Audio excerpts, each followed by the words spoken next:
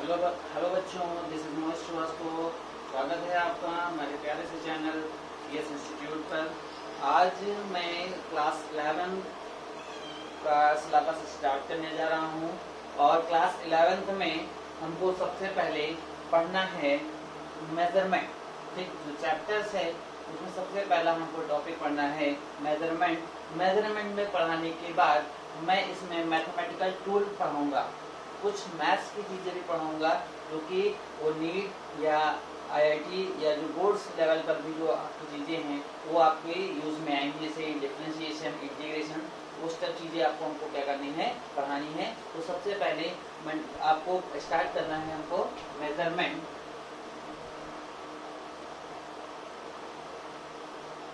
Measurement Hindi में बोलेंगे इसको मापन। ठीक, मेजरमेंट के बारे में पढ़ना है।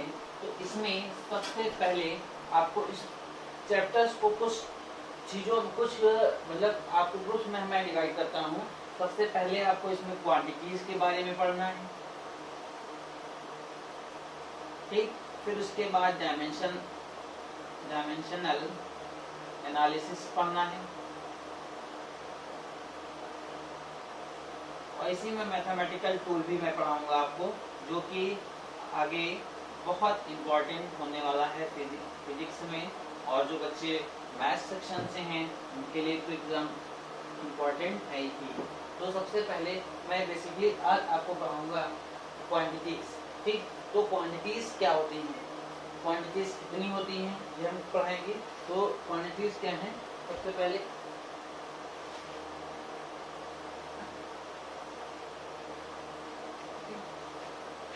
Physical quantity.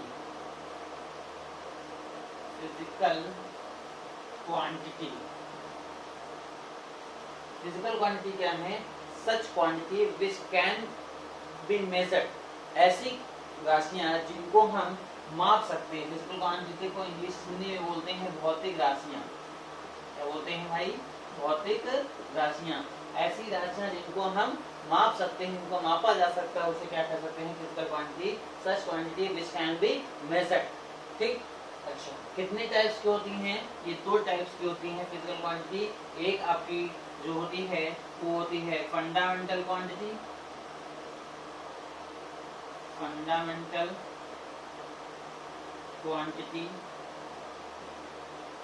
और दूसरा है आपका डिराइव्ड क्वांटिटी।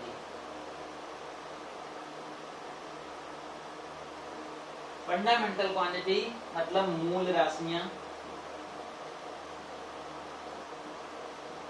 और दूसरा है डिराइव्ड क्वांटिटी का मतलब व्युत्पन्न राशि।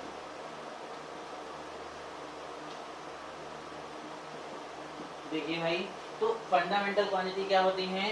ऐसी राशियां इन्हें किसी जो क्या होती है, फ्री होती है, इंडिपेंडेंट होती है, जो किसी पर निर्भर नहीं करती हैं। Such quantity which is independent from other quantity, these are called fundamental quantity. ऐसी क्वांटिटी जिन्हें किसी अन्य राशियों की सहायता से व्यक्त न किया जा सके उसे क्या कहेंगे? हम फंडामेंटल क्वांटिटी कहेंगे। और व्युत्पन्न राशियां क्या होंगी? ऐसी राशियां जो मतलब मूल राशियों की सहायता से व्यक्त की जा सकती हैं। Such quantity which denotes with the help of fundamental quantity is called derived quantity। मतलब fundamental quantity क्या है? such quantity which is independent from other quantities, जो अन्य राशियों की सहायता से व्यक्त न की जा सके वो क्या है? fundamental quantity। derived quantity क्या है? जो मूल राशियों की सहायता से व्यक्त की जाती है। अच्छा, अगर कोई चीज बनी है, कोई जैसे राशि बनी है, तो उसको मेजरमेंट, उसको मापने के लिए हम कुछ मात्रक बनाएंगे। मात्रकों को बनाने के लिए अलग अलग सिस्टम्स आए हमारे पास। अलग अलग सिस्टम कैसे आएंगे? देखिए, सबसे पहले जो हमारे पास सिस्टम आई थी उसको बोलते हैं सीजीएस सिस्टम।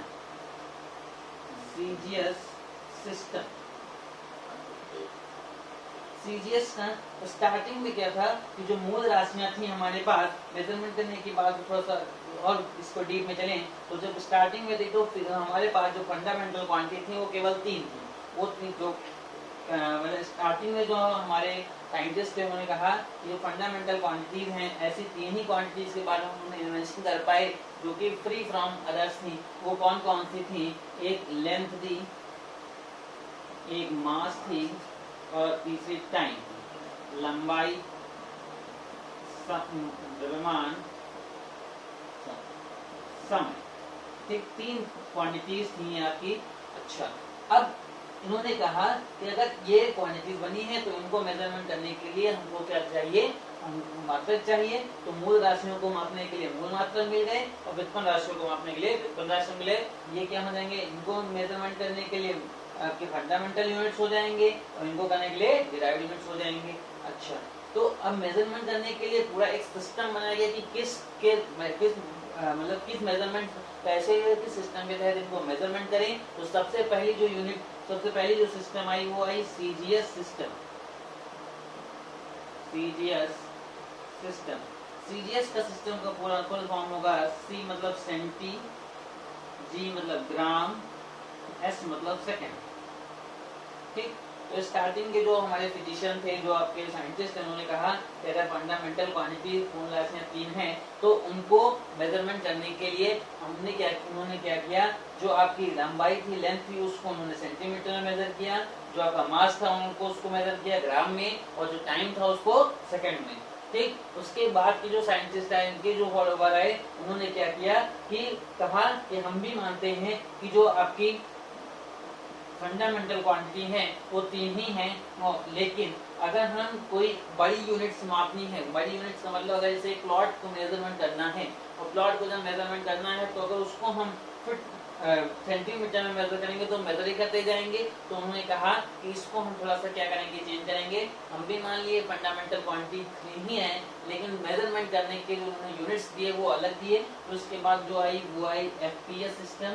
ठीक, एफपीएस सिस्टम इन्होंने कहा 3 मोल क्वांटिटी है, 3 फंडामेंटल क्वांटिटी है। तो इन्होंने कहा कि जो हमने लेंथ को मेजर किया वो किसमें मेजर किया, फुट में, और जो मास को उसमें पाउंड में, और टाइम को इन्होंने भी सेकंड मेजर किया, टाइम में कोई यूनिट में चेंज नहीं किया। सीजीएस सिस्टम को एक और नाम से जाना जाता है जिसको बोलते हैं गॉसियन सिस्टम। क्या बोलते हैं भाई, गॉसियन सिस्टम, और इसको बोलते हैं ब्रिटिश सिस्टम।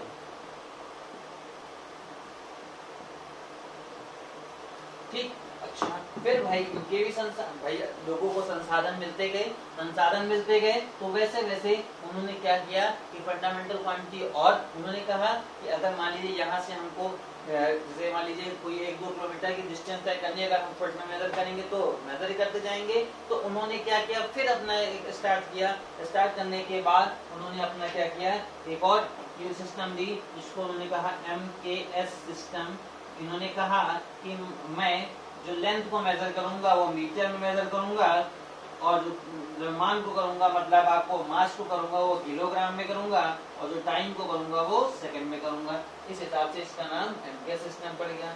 अब इसके बाद भी फॉलोअर्स आए, उसके बाद के जो साइंटिस्ट थे उन्होंने कहा कि ठीक है, मैं एमकेएस सिस्टम को ही मानता हूँ, लेकिन कुछ सर ऑनरे जॉन मैरी एम्पियन ने कहा कि करंट एक ऐसी क्वांटिटी है जो कि किसी अन्य क्वांटिटीज पर डिपेंड नहीं करती, तो क्यों ना उसको भी हम किस में रखें, उसको मूल राशियों की श्रेणी में रखें, मतलब फंडामेंटल क्वांटिटीज में रखें। तो जब फंडामेंटल क्वांटिटीज में रखा, काफी शोध के बाद वो भी पता चला कि उसको भी इसमें इंक्लूड कर लिया गया। तो इसका नाम क्या पड़ गया आपका, MKS सिस्टम।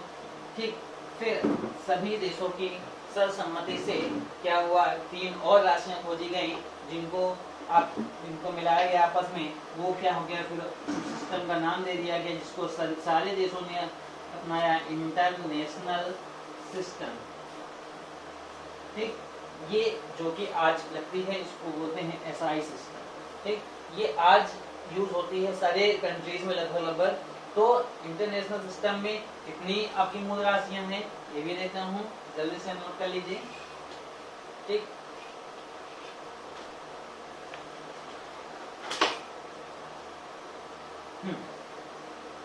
इंटरनेशनल सिस्टम में कैसे क्या है आपके, देखिए इंटरनेशनल सिस्टम में 7 मूल राशियां हैं, 7 फंडामेंटल क्वांटिटी हैं। तो देखिए भाई, ये फंडामेंटल क्वांटिटीज हैं आपकी मूल राशियां, कौन कौन सी हैं मूल राशियां, कौन कौन सी हैं। सबसे पहले मूल राशियां हैं आपकी, मैंने बताया जैसे लेंथ,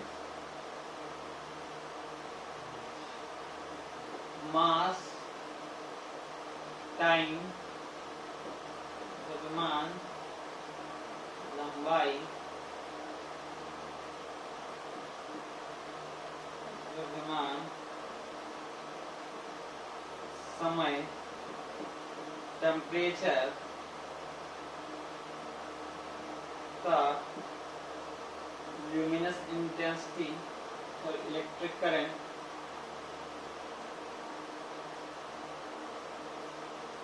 वैद्युत धारा ल्यूमिनस इंटेंसिटी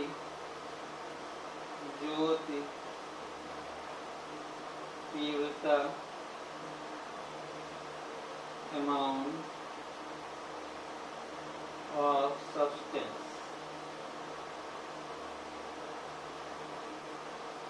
पदार्थ की मात्रा। ठीक, इनको मेजरमेंट करने के लिए कुछ यूनिट्स भी बनाए गए। यूनिट्स कौन कौन सी हैं देखिए आप, जैसे मूल मात्रक, फंडामेंटल यूनिट। ठीक,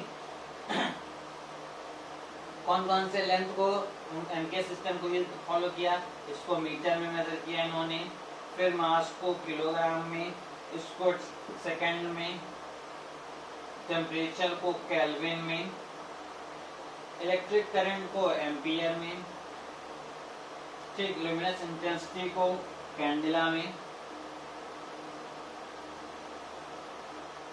और इसको मोल में। ठीक, ये इनको मेजर किया। फिर उसके बाद कुछ सिंबल भी दिए गए जिसका अभी हम पढ़ाएंगे आगे आपको फिर से, लेकिन ध्यान लिख लें।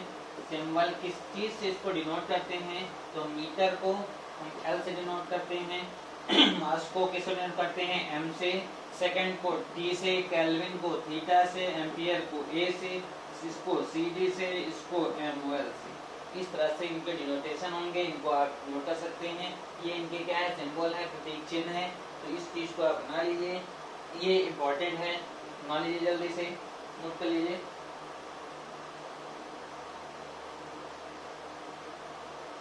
सामने आ रहा है।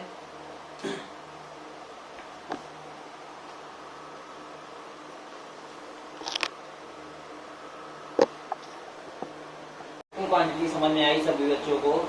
अब मैं जो पढ़ाऊंगा इसका मेजरमेंट का सेकंड टॉपिक है, वो आपका है डायमेंशनल एनालिसिस। इम्पोर्टेंट है जेई के लिहाज से भी, नीट के लिहाज से भी, ये दोनों टॉपिक और बोर्ड के लिहाज से तो इम्पोर्टेंट ही है। डायमेंशनल एनालिसिस क्लास 11 के लिए बहुत इम्पोर्टेंट है, फिलहाल कंपटीशन के लिए नो डाउट 1 से 2 मार्क्स का आता है इसमें। अब डायमेंशनल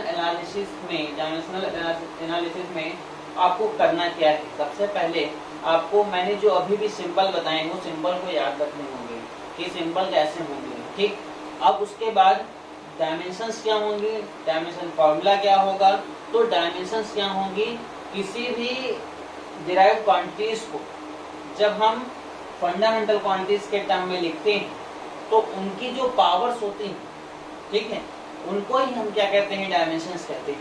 और डायमेंशन फार्मूला क्या होता है कि अगर उस क्वांटिटीज को उनके प्रतीक चिन्हों, उनके सिंबल्स के फॉर्म में हम कर दें तो वो क्या होगा, आपका डायमेंशन फार्मूला होगा आपका। और समझ आ रही? ठीक, तो जैसे कैसे डायमेंशन फार्मूला क्या होंगे, जैसे मान लीजिए हमने क्या कहा कि हमने लेंथ को किससे डिनोट किया था, एल से, मास को किससे किया था, एम से, ठीक, टाइम को किससे किया था, टी से, टेम्परेचर को, ताप को थीटा से, ठीक। अच्छा, और करंट को हमने किया था ए से, धारा को किसे किया था, ए से। ये इसके लॉजिक सिंबल हैं। तो किसी भी फंडामेंटल क्वांटिटीज को या फंडामेंटल यूनिट्स को उसके प्रतीक चिन्हों के, उसके सिंबल्स के फॉर्म में सिंबलाइज करना, लिखना ही उसको क्या कहेंगे, हम डायमेंशन फॉर्मूला कहेंगे। और डायमेंशन फॉर्मूला लिखते टाइम इन जो आपके प्रतीक चिन्ह हैं, जो सिंबल्स हैं, उनको हमेशा बड़े ब्रैकेट्स के अंदर रखते हैं। तो सबसे पहले कुछ चीजों का निकाल के भी दिखाएंगे आपको। जैसे आपसे कहा जाए एरिया, क्षेत्रफल, ठीक। पहला एरिया क्या है, देखो एरिया क्या होगा, लेंथ इंटू ब्रेथ। लेंथ की यूनिट क्या होगी, metre into metre, metre square, और मीटर का लॉजिक सिंबल क्या होगा आपका L, तो ये 2। इसको किस में रखेंगे, ये क्या है आपका डायमेंशन, डायमेंशन फॉर्मूला, ये क्या है यूनिट, ठीक। ये फॉर्मूला अलजेब्रिक फॉर्मूला भी कह सकते हैं इसको। अब सुनिए, हमने क्या कहा, एरिया मतलब क्षेत्रफल क्या होगा, लेंथ इनटू ब्रेथ, ठीक। वो क्या होगा मीटर स्क्वायर, और ये क्या होगा L2। इसी तरह वॉल्यूम अगर देखें, वॉल्यूम आयतन क्या होगा आपका L into B into H, ये क्या हो जाएगा मीटर क्यूब, इसका क्या होगा L3, ठीक है। इसी तरह आपसे कहा जाए चाल, वेलोसिटी, ठीक। वेलोसिटी इक्वल टू क्या होगा, डिस्टेंस अपॉन टाइम, तो डिस्प्लेसमेंट अपॉन टाइम, तो क्या हो जाएगा वेलोसिटी मतलब हो गया चाल, ठीक।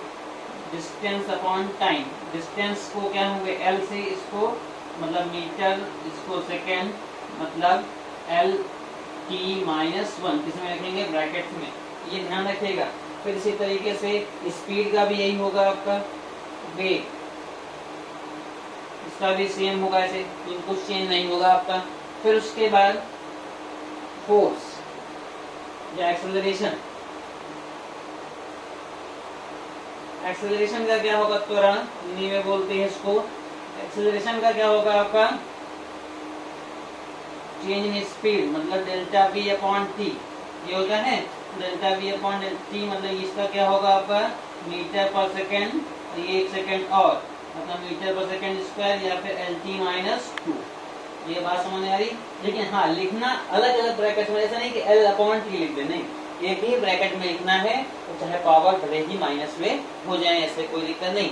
इसी तरीके से बल का मतलब फोर्स का अगर निकालें, तो फोर्स का क्या होगा भाई, फोर्स का क्या होता है, ये फोर्स का F=m इंटू ए।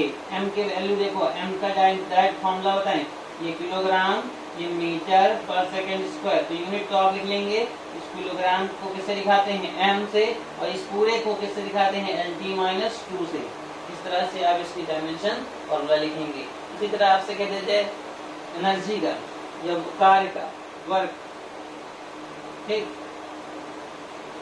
वर्क का क्या होगा, देखो F इंटू डी, बल गुणे विस्थापन, ठीक, फोर्स इंटू डिस्प्लेसमेंट। F का क्या होगा, MLT-2, तो MLT-2 और L एक और, तो क्या हो जाएगा MLT-2। ये आपको इसमें क्या करना है, ध्यान रखना। इसी तरीके से बहुत सारे आपके हैं जो आपसे पूछे जाएंगे, जल्दी से इसको नोट करिए।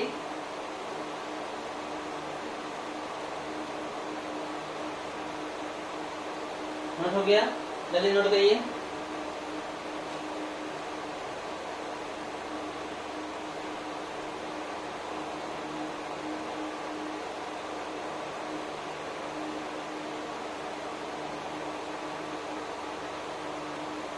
नोट हो गया।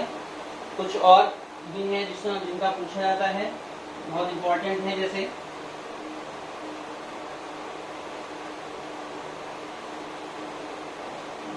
बोल्ट्जमैन कांस्टेंट, बोल्ट्जमैन कांस्टेंट,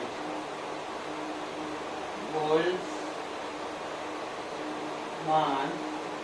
नियतांक, इसका भी पूछा जाता है। तो एक फॉर्मूला आपने पढ़ा होगा, PV equals to KT, NRT पढ़ोगे आप, लेकिन यहाँ PV equals to KT, K क्या है आपका, बोल्ट्जमैन कांस्टेंट है। K की अगर वैल्यू निकाले तो क्या होगा, K equals to PV upon T। P यहाँ पर क्या है, प्रेशर मतलब दाब, V क्या है वॉल्यूम, और T क्या है टेम्परेचर, ठीक। तो देखो P प्रेशर, प्रेशर का निकालेंगे पहले, दाब, दाब, प्रेशर, क्या हो जाएगा F upon A, force upon area. F का MLT-2 और इसका L2, फाइनल क्या हो जाएगा, ऊपर माइनस हो जाएगा, ML-1 T-2, ये क्या हो जाएगा प्रेशर का। वॉल्यूम का मैंने बताया, ये टेम्परेचर, टेम्परेचर का क्या होगा टेम्परेचर का क्या होगा थीटा, तो के का जो क्या हो जाएगा dimension formula of Boltzmann constant, मतलब बोल्ट्जमैन नियतांक का डायमेंशन फॉर्मूला जो होगा आपका वो क्या होगा, देखो सॉल्व करें, ऊपर ml-1 T-2 और V का L3 और T का थीटा सब ऊपर ले चलो भाई, तो ml2 T-2 थीटा -1, ठीक है। इसी तरीके से बात समझ में आई, कोई दिक्कत तो नहीं, ml-1 T-2 दाब का फोर्स का, ठीक है। उसके बाद अब देखो ये मत कहना कि सच क्षेत्रफल किसी का भी, चाहे वो एरिया किसी का भी निकालना है, आप एरिया का डायमेंशन फॉर्मूला होगा वो सेम ही होगा, ठीक है, यूनिट होगी सेम ही होगी। अब वो आप चाहे त्रिभुज का कहे, ट्रायंगल का कहिए, रेक्टेंगल का कहिए, कुछ भी कहिए, वो आपका क्या होगा क्षेत्रफल जो होगा, आपका डायमेंशन सेम होंगे आपकी। फिर उसके बाद ये बोल्ट्जमैन कांस्टेंट का हो गया। अब आपसे क्या होता है, प्लैंक कांस्टेंट होता है। प्लैंक कांस्टेंट क्या होता है, E = h न्यू। न्यू यहाँ पर क्या होती है, आवृत्ति, ठीक।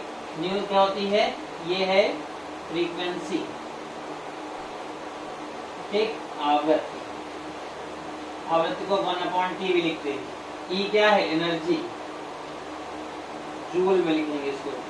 इसका भाई देखो यूनिट अगर सेम है तो डायमेंशन फॉर्मूला सेम होगा, इससे एनर्जी, चाहे जितनी भी एनर्जी, सबका यूनिट क्या होता है जूल, वर्क भी क्या होता है जूल, तो जितनी का यूनिट जूल होगी उन सबके डायमेंशन फॉर्मूला क्या होंगे, सेम होंगे, ठीक है। तो ये चीज आपको ध्यान रखना है। तो यहाँ से आपको एच निकालना है। एच क्या है आपका, प्लैंक कांस्टेंट, ठीक, प्लैंक नियतांक,